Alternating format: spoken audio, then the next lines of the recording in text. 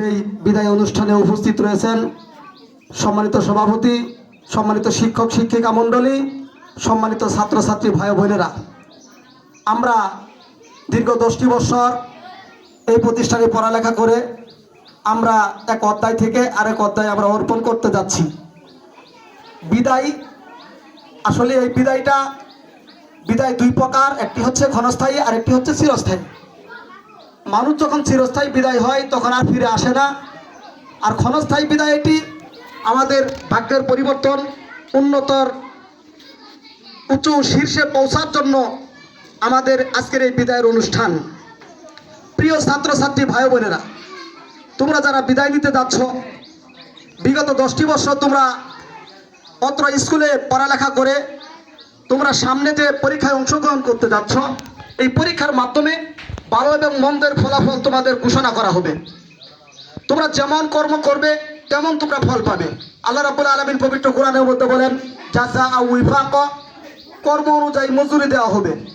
তোমরা যেমন কর্ম করবে তেমনই তোমরা ফল পাবে। তাই উদারত আহ্বান রাখবো যে 10টি বছরের ফলাফল কিন্তু তোমরা সামনে যে পরীক্ষা দিতে যাচ্ছ, এই পরীক্ষার মাধ্যমেই তোমরা অর্জন করতে পারবে। তোমরাই পারবে তোমাদের মা বাবার মুখে হাসি ফোটাতে, তোমরাই পারবে অত্র স্কুলের সুনাম বয়ে আনতে, তোমরাই পারবে জাতির ভাগ্যের পরিবর্তন ঘটাতে। তোমরাই এই জাতির জন্য ভবিষ্যৎ। এক কবি বলেছেন যে একটা শিক্ষিত মা দাও, আমি একটা শিক্ষিত জাতি উপহার দেব। তোমরা তোমাদের ভবিষ্যৎ এই বিদায়ের মাধ্যমে যেন উজ্জ্বল হয়, তোমরা যেন পরীক্ষায় উত্তীর্ণ হতে পারো, সেই জন্য তোমাদের প্রচেষ্টা করতে হবে। পরীক্ষার হলে গিয়ে তাড়াহুড়া করা যাবে না, পরীক্ষার আগে প্রস্তুতি নিতে হবে। যদি আমি মনোযোগ সহকারে আমার প্রত্যেকটা প্রশ্ন, এই 10টি বছরের ফলাফল যদি আমি নিয়মিত যদি পড়ে যাই, তাহলে আমি আমার পরীক্ষার হলে গিয়ে আমি পারবো। আর যদি মোবাইলে সময় কাটায় অযথা সময় নষ্ট করে পরীক্ষার হলে যাই আর প্রশ্ন যদি কমন না পড়ে, তখন কলম কামড়াইতে কামড়াইতে ঘন্টা পার হয়ে যাবে, আমি কিছুই লিখতে পারবো না। এই জন্য সবাইকে আমি উদারত আহ্বান রাখবো যে এখন থেকে আনন্দ নয়, আনন্দ তো আমরা সেই দিনই করবো যেই দিন আমাদের পরীক্ষার ফলাফল হবে। টিচারদের মুখের দিকে তাকাইলে যেন টিচারেরা বুঝে অমুক ছাত্রী অমুক ছাত্র A+ পাইছে, গোল্ডেন প্লাস পাইছে, আর আমার মা বাবার মুখে যেন আমি হাসি ফুটায় আনতে পারি। প্রিয় বন্ধুগণ, তোমরা এগিয়ে যাও, তোমাদের ভবিষ্যৎ কল্যাণ কামনা করি। এবং পাশাপাশি এই দুনিয়া ছেড়ে সকলেরই একদিন ওই অন্ধকার কবরে পদার্পণ করতে হবে। এই দুনিয়াটাই মূলত পরীক্ষা। হয় চাকরির পরীক্ষা দিতে হয়, এরপরে শিক্ষার পরীক্ষা দিতে হয়, কাজের পরীক্ষা দিতে হয়। পরীক্ষার কোনো শেষ নাই।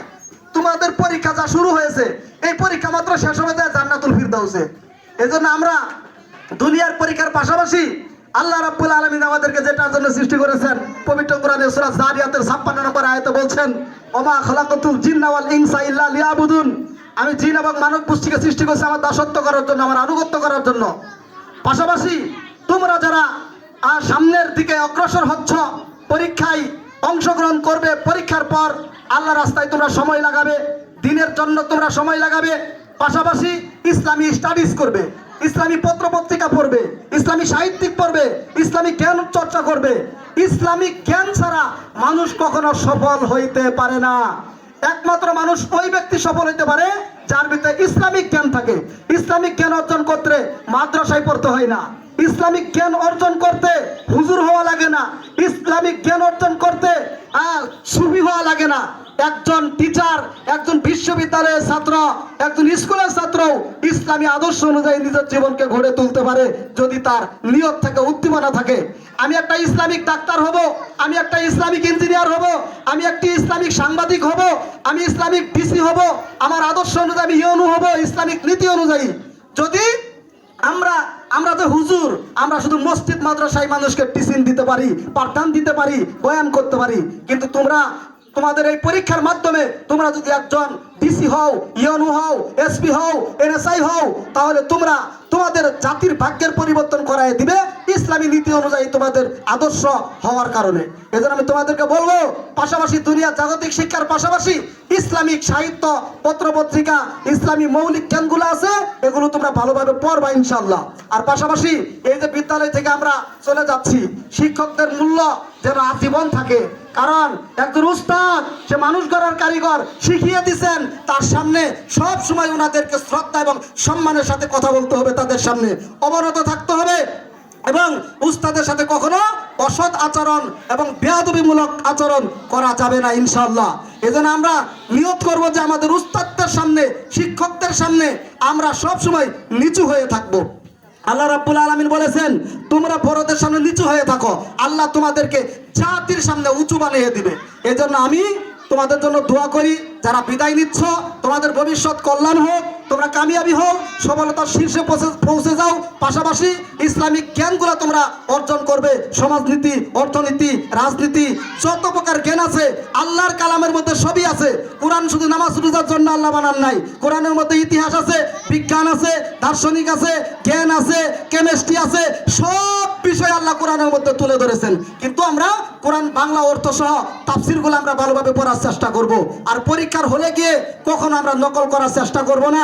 সুবিধা মোতাবেক যতটুকু সহযোগিতা নেওয়া প্রয়োজন, হল দায়িত্বে যারা থাকবে, যে সমস্ত টিচার থাকবে, তাদের সাথে আমরা সুন্দর আচরণ করব।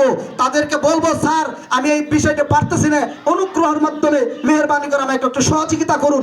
সম্মানের সাথে আমরা কি করব, তাদের সাথে আমরা সুন্দর আচরণ করে আমাদের পরীক্ষার যে প্রশ্নগুলো আসবে যদি না বুঝি তাহলে বুঝাই নেওয়ার চেষ্টা করবো ইনশাল্লাহ। পাশাপাশি তোমাদেরকে ধন্যবাদ জানাই, তোমাদের জন্য দোয়া করি, এই প্রতিষ্ঠানের শিক্ষক মহোদয়ের জন্য দোয়া করি, শিক্ষিকাদের জন্য দোয়া করি, ছাত্রছাত্রীদের জন্য দোয়া করে তোমাদের ভবিষ্যৎ মঙ্গল কামনা করে আজকের মতো আমি কথা শেষ করছি। আসসালামু আলাইকুম ওয়া রাহমাতুল্লাহি ওয়া বারাকাতুহু।